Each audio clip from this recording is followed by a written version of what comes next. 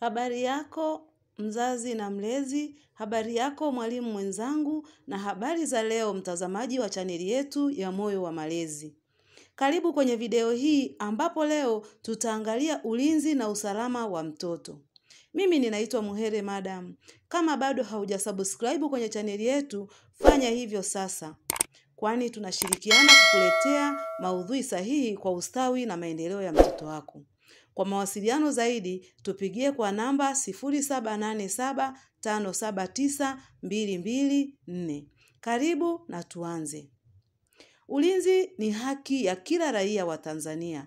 Watoto na wanafunzi wa shule za awali, msingi, sekondari na vyuo, wakiwa kama sehemu ya raia na nguvu kazi ya leo na kesho, wanatakiwa kulindwa ili kutimiza malengo yao kielimu na maisha. Karibu tuangalie sababu 14 za kuwekeza katika usalama wa mtoto. Sababu ya kwanza, mtoto ana haki ya kulindwa. Kila mtoto anastahili maisha bila ukatili, unyanyasaji au dhuluma. Ni haki ya msingi ya kibinadamu na kulinda watoto kunawezesha ukuaji salama wa mtoto.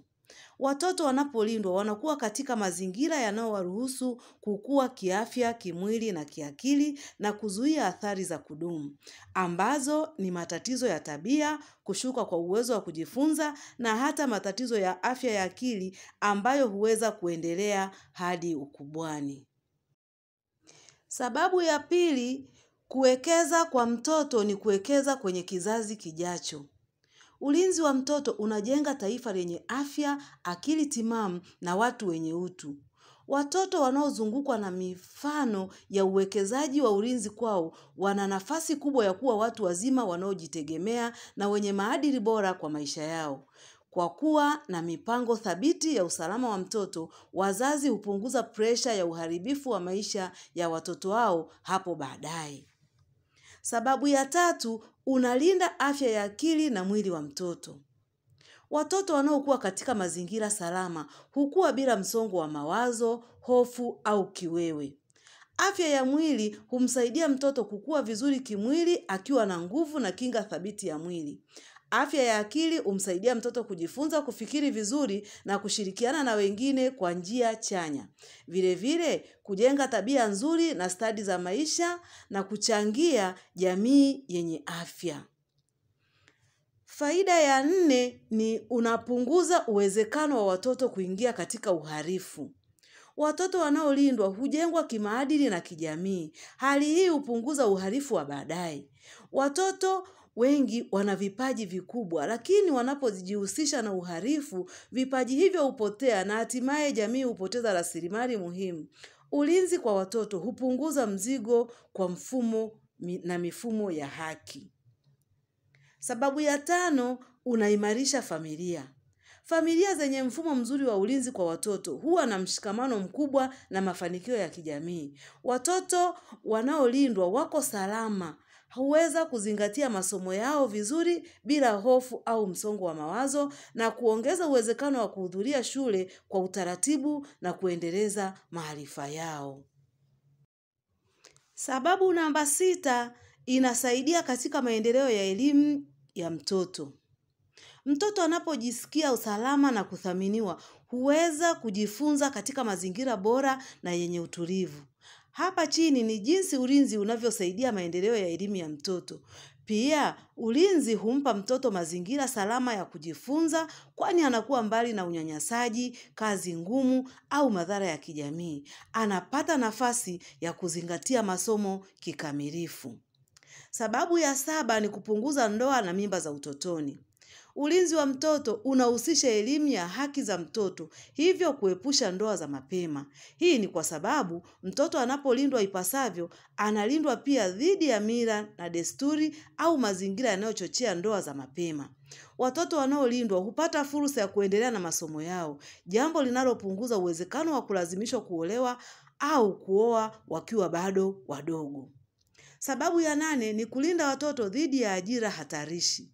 Watoto wengi huingizwa kwenye ajira zisizofaa kwa umri wao. Ulinzi unazuia hilo. Ajira hatarishi ni kazi ambazo zinahatarisha afya, usalama na maendeleo ya mtoto. Na mara nyingi huwatumbukiza watoto katika mzunguko wa umaskini na ukosefu wa elimu. Ulinzi huhakikisha watoto wanasoma badala ya kufanyishwa kazi ngumu. Elimu ni kinga muhimu dhidi ya ajira za watoto. Sababu ya 9 ni kuwasaidia watoto wenye ulemavu. Ulinzi wa watoto humjumuisha pia upatikanaji wa huduma bora kwa watoto wenye mahitaji maalum. Watoto hawa huwa katika hatari kubwa zaidi ya kukumbwa na unyanyapaa, unyanyasaji, kutengwa na kunyimwa haki zao. Hivyo wanahitaji ulinzi wa pekee. Hapa ni sababu kuu zinazoonyesha umuhimu wa ulinzi kwa watoto wenye ulemavu na kuwalinda dhidi ya unyanyasaji na unyanyapaa.